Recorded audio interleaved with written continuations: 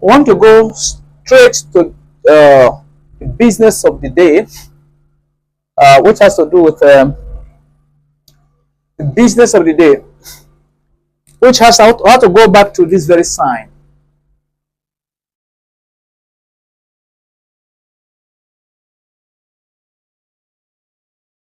You know, we started this program with this.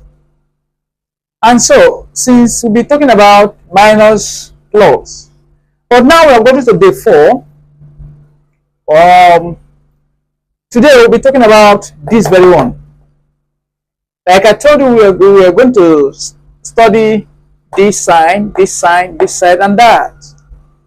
So, on this why we have been studying minus plus. But in this day 4, we begin a fresh program. That is this particular one, fresh topic. So we're going to pull this one out now and give it the honor that is due for it. Say, give honor to who honor is due. So let us pull it out now. We're having something like this, very, you know, we have to make it big now.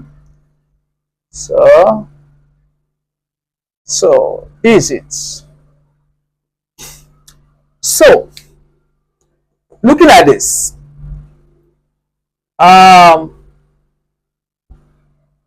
this very is called division sign, division sign, division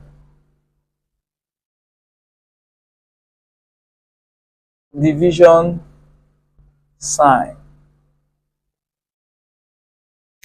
So now I always ask the children in class, in schools,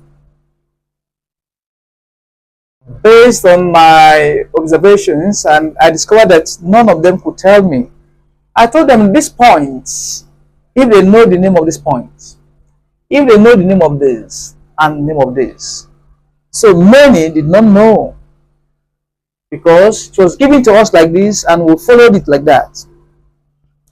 But then, because it was called division sign, it was just a sign. That doesn't mean that is what it means. That is not the family name.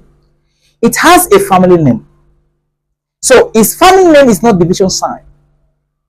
It was only picked to represent that division sign. And it should be acceptable like that. And I will tell you the reason. Okay? So, but it has a mother name. And I will tell you the mother name. By the time we look at the definition of the components that made up that word sign, look at it, we have 3 different characters. 3 components. 1, 2, 3 to make up this one sign.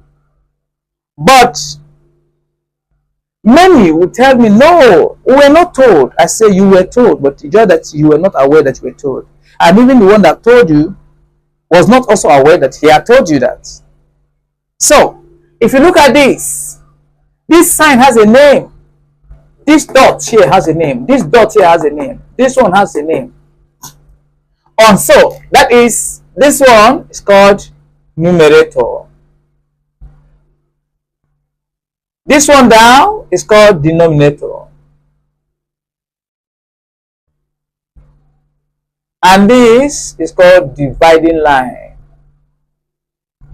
Dividing line. All together is known as what?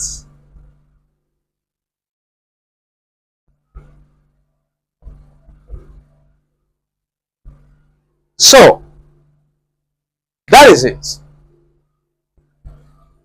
That is it. So the modern name of this is not just division sign. It is called fraction.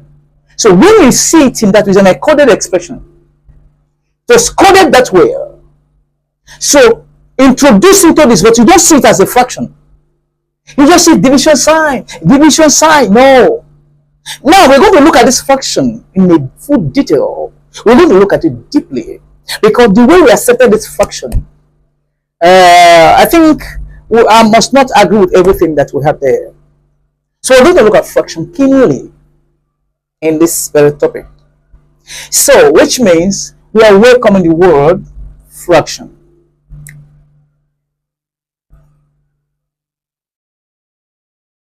Fraction.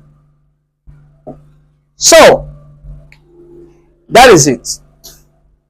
So, that dot there, as we see, they represent what? Any number. Like, for instance, assuming I put it A over B, people will tell it's fraction. But in as much as it was represented with a dot, no, their eyes could not see that. Their eyes could not see that. Okay? But then, our eyes were able to pick it. And we spotted that and we got information.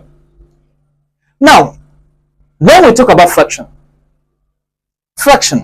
let me tell you something. Fraction in English language, is quite different from fraction in mathematics.